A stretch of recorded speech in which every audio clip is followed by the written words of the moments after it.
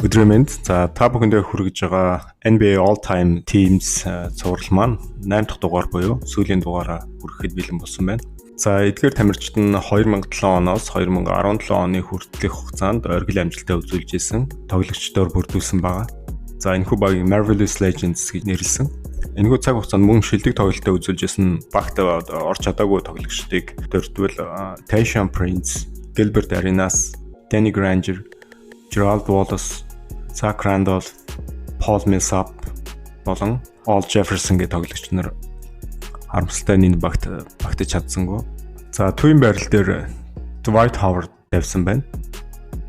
Тэрээр 8 удаагийн All-Star, 5 удаа NBA-г самбраас бөмбөг авалтаар тэргүүлсэн, 2 удаа блокер тэргүүлсэн, NBA-гийн авраг, бүх NBA-гийн багт 8 удаа нэрлэгдсэн, бүх хамгаалтын багт 5 удаа нэрлэгдсэн.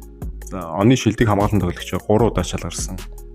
Ийм самбарын хүчрхэг тоглогч байгаа. Түүнийг Superman хэмээн хочилдог. Slam Dunk-ийн тэмцээнд бас оролцож дөрүүлж байсан. Ихэнх тоглогоо данкаар дуусгадаг. Нэг жилд хамгийн олон данк хийж тоглогоо дуусгасан тоглогчийн тоонд Dwight нэгд бичигддэг. За ийм гайхалтай тоглогч байгаа. За түүний араас Chris Bosh тавьсан байна.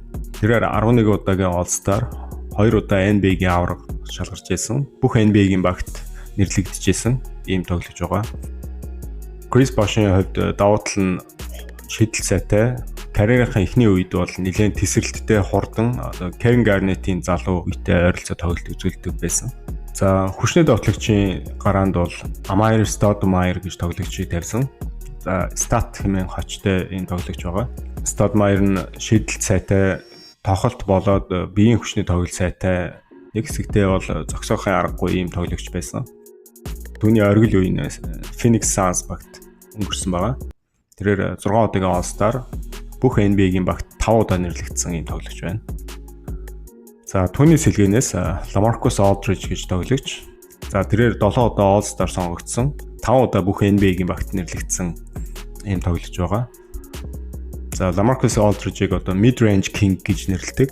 Тэрээр дундын зайн шидэл, цагирганы хоёр талаас довтлсон тоглогоог ер нь өндөр хувьтай гүйцэтгэдэг.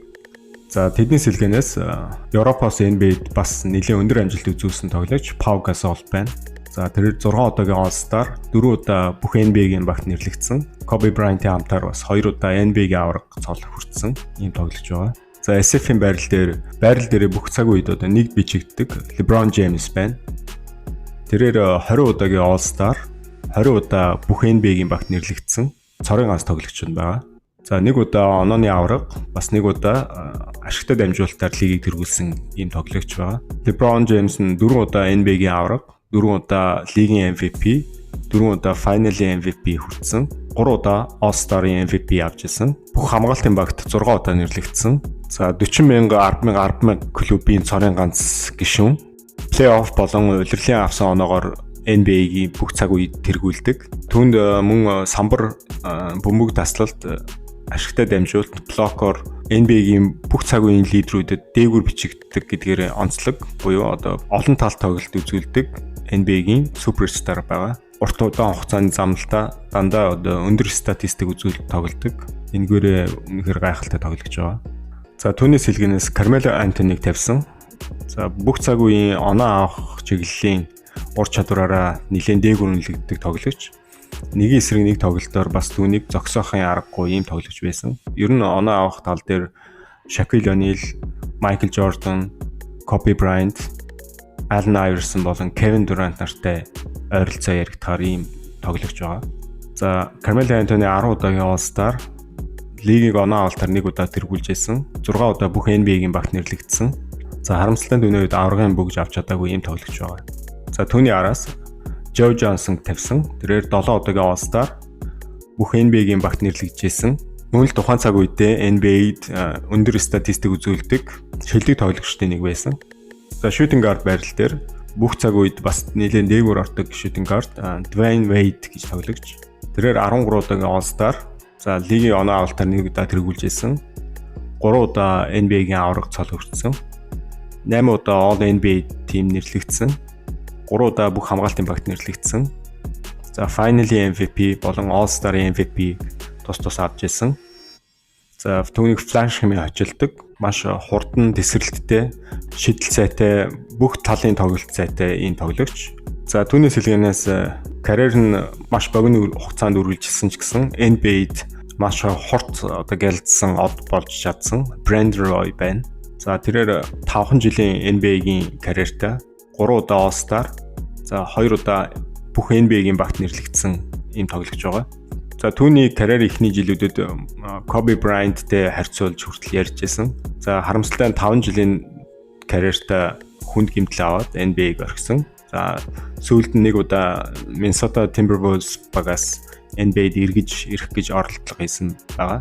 Харамсалтай хэдий ч гэсэн энэ богино карьерт нь түүнийг NBA-д суперстар болж чадсан гэж энэ хүү багт багтаалаа. За холбон тоглогчоор Chris Paul байна. За түүнийг point guard гэж нэрлэдэг. NBA-д сүүлийн 20 жилд түрэн гарсан холбон тоглогчдын нэг бичигдэхэр тоглогч байгаа. За Chris Paul-ын дамжуулах ур чадвар, талбайг өдөр зохион байгуулах чадвар бол үнэхээр онцгой. Тэрээр 12 удаагийн All-Star, 5 удаа NBA-г ашигтай дамжуулалтаар тэргүүлсэн, 6 удаа NBA-г бөмбөг тасалтаар тэргүүлсэн, 11 удаа All-NBA team нэрлэгдсэн, 9 удаа бүх хамгаалтын багт нэрлэгдсэн, All-Star-ын MVP тоглогч байна. За түүний сэлгэнээс Pau Gasol-ын адилаар Европоос NBA-д тодрон гарсан томоохон төлөөлөгчийн нэг Tony Parker байна. За тэрээр 6 удаа All-Star сонгогдсон, 4 удаа NBA-гийн авраг цол хүртсэн, 4 удаа бүх NBA-гийн багт нэрлэгдсэн, Finally MVP-гээр шалгарч ирсэн ийм шилдэг тоглогч байгаа. Зомлынхаа ихэнх цаг хугацааг San Antonio Spurs багт өнгөрөөсөн. За түүний гол ур чадвар нь дундын зайн шидэлт, оролт, мөн дамжуулах чадварууд нь өндөрөөр үнэлэгдсэн юм тоглогч байгаа. За энэхүү багийн статистик болоод шагналын жигсаалтанд шинжилэл орж магадгүй байгаа. Учир нь гэвэл LeBron James болоод Chris Paul нар бол карьераа хараахан дуусгаагүй байгаа тоглогч нар. Тэгэхээр одоо гаргасан нэгтгэл үзүүлэлт маань өөрчлөгдөх боломжтой гэсэн үг. За энэ багийн нэгтгэлээр бол лигийн MVP 4 удаа, зөвхөн LeBron James-ийн 4 удаагийн шагнал байгаа. За Finally MVP 6 удаа. За онооны авраг 3 удаа. За 16 аврагын бөгж. 109 удаа All-Star сонгогдсон.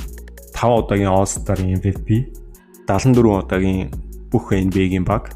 23 удаагийн бүх хамгаалтын баг. За 3 удаагийн оны шилдэг хамгаалан тоглогч авсан. За энэ бол Dwight Howard-ийнх байгаа. Тоглогчдын карьерийн дундаж урт нь 15 жил. За нийтдээ 254 мянган оноо, 88 мянган самбар, 56 мянган ашигтай дамжуулалт, 14 мянган бөмбөг таслалт, 10 мянган блок гэсэн ийм бүртгэлтэй баг болж байна. Багийн дундаж өндөр нь 2 м-1.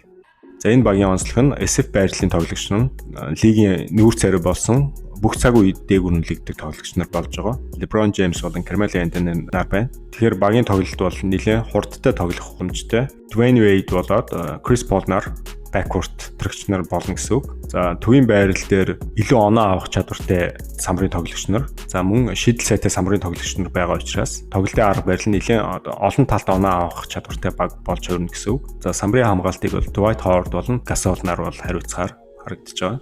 За энэхүү багийн үнэлгээ нь бол хамгаалтанд тийм айхтар хүчтэй тоглохгүй ч гэсэн оноогоор бол альж багаас илүү оноо авах чадамжтай гэж харагдаж байна. За ингээд өмнөх 7 багтай нь харьцуулаад энэ багт та бүхэн бас үнэлгээ өгөөрэй. За ингээд энэхүү цувралд хамт байсан та бүхэндээ баярлалаа. Баяртай.